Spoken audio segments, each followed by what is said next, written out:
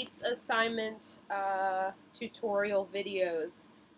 What I want to share with you right now is a funny little cartoon that I found. Jack Ziegler, a New Yorker cartoonist. And what you see first, and I'll scroll down so you can see the rest, man and a woman talking, clearly a bartender here in the corner. It appears that he is perhaps maybe trying to get a date with this young lady. And the bottom of the screen has the joke. So underneath this placid Brooks Brothers facade, I'm up to my neck in some excellent biker tattoos.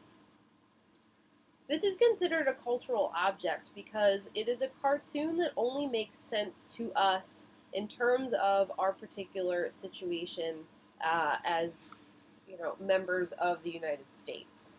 A cartoon like this, if I were to place it in some place like a rural tribe in New Zealand, it may not necessarily make any sense, and in fact, they wouldn't really understand this idea of bikers having tattoos because in that rural place, tattooing is considered a religious practice, whereas here in the U.S., it's potentially something that can be read as deviant or as something that is someone's self-expression. So, in order to begin a cultural analysis or the analysis of an object, the first thing that you need to do once you've chosen your object is you're going to need to deconstruct it for what it means, what it represents. What is this literally saying? And because we have both an image and text, we have to break down the connection between what is written here on the page and how it is juxtaposed against the cartoon itself, so the images that we see on the screen. So underneath this placid Brooks Brothers facade, I'm up to my neck in some excellent biker tattoos. If you're not familiar with Brooks Brothers, it is a type of suit and one that is quite expensive, which has us reading this particular gentleman as someone who is perhaps wealthy, perhaps he's a lawyer or a doctor, some kind of quote-unquote professional.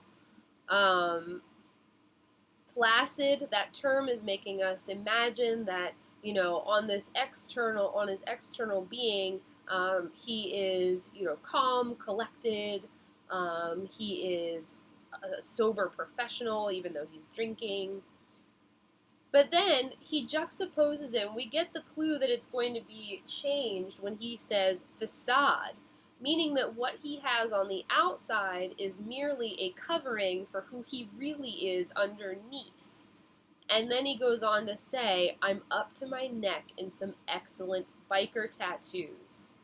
Essentially communicating to this woman and to us as readers that what he has on the outside is not really who he is, and in fact, underneath that suit, he has, a vast array of tattoos. So the external and the internal sort of clash with each other. So what I want to show you is a quick sketch that I did in terms of what I see when I read this cartoon, and the reason that it works. So immediately, we are asked as readers to access the idea, the cultural idea, that tattoos are deviant, tattoos need to be covered up. We see the juxtaposition of a wealthy working man having concealed tattoos. We certainly see the tattoos potentially as a sign of his masculinity and sensuality. He is hitting on that woman, right? He's using tattoos as a means to titillate her. Tattoos are against the backdrop of a bar. He is drinking. He's potentially deviant in both having the tattoos and also in drinking. And so if we were to think about all of these different things that come to mind as we're looking at this particular image, we have to decide, how does this image, in talking about tattoos, in having this wealthy working man concealing his tattoos, what does this express to us about tattoos and a sense of freedom? How is it that a funny cartoon like this might capture a cultural reality that tattooing in some way or being heavily tattooed might impact someone's ability to be free or to experience a sense of freedom? And in fact, in talking it through with you just now, we could also look at the other side of that. So, how is it that a cultural expectation that this man will continue to wear this Brooks Brothers facade impacts his ability to practice his sense of free self, which is the biker tattooed reality underneath that suit? So, to put it concretely, so let's create a thesis statement. There are two arguments that we can make about this image. First, the cartoon captures the frustrating labels thrust on people who are heavily tattooed, and these labels constrain tattooed men and women's ability to feel free. Or, the cartoon captures the idea that tattoos provide a level of freedom for the wearer in that he or she is capable or is able to transcend their external labels, like the man clad in the Brooks Brothers suit, and are then able to practice radical expression of self and personhood. Additionally, what I just argued a moment ago was that the man clad in the Brooks Brothers suit represents the idea that we, as a culture, are trapped by our labels and unable to feel free to practice a true sense of self and personhood.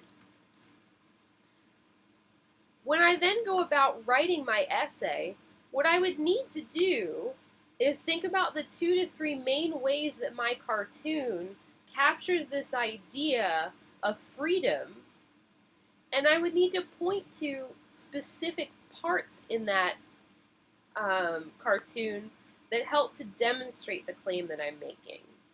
So first and foremost, if I were to take something like this last bit here, the man clad in the Brooks Brothers suit represents the idea that we as a culture are trapped by our labels and unable to feel free to practice a true sense of self and personhood.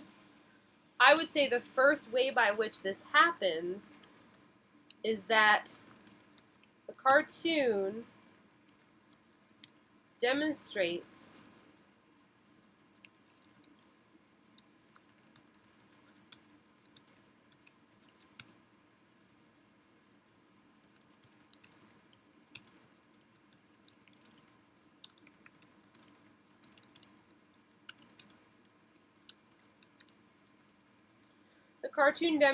that the working businessman is unable to show his tattoos in public, potentially out of fear of repercussions.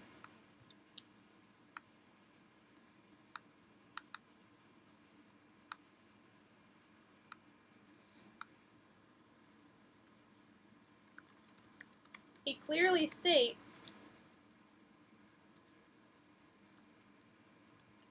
that the business suit is a, quote, facade,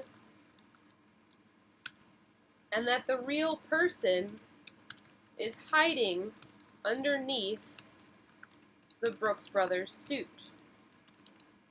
Such an admission demonstrates that his freedom is curtailed by the label he feels he needs to reproduce. And we would continue to go on in that way. In terms of research, and this is key here, guys, I wouldn't necessarily be researching Jack Ziegler's cartoons or this particular cartoon. I would be trying to locate research on tattoos as deviant, looking at things like how someone's clothing might demonstrate something about them, or how people label one another, and those labels can be discriminating or they can be constraining. And I would be adding that research to my discussion here to show how the cartoon really illustrates a deeper cultural phenomena, which is, and what I'm trying to press here, that when we look at a particular person, we automatically make assumptions about them based on what they present to the world. And those, stereotypes or interpretations are not always the full sense of the story. And indeed, this cartoon might perhaps capture what it is like for folks who are heavily tattooed. If you would like another video that demonstrates how to perform one of these cultural analyses, I am glad to create one for you, looking at something perhaps like an advertisement or perhaps just one cultural object. But I hope that this at least gives you some ideas to get started.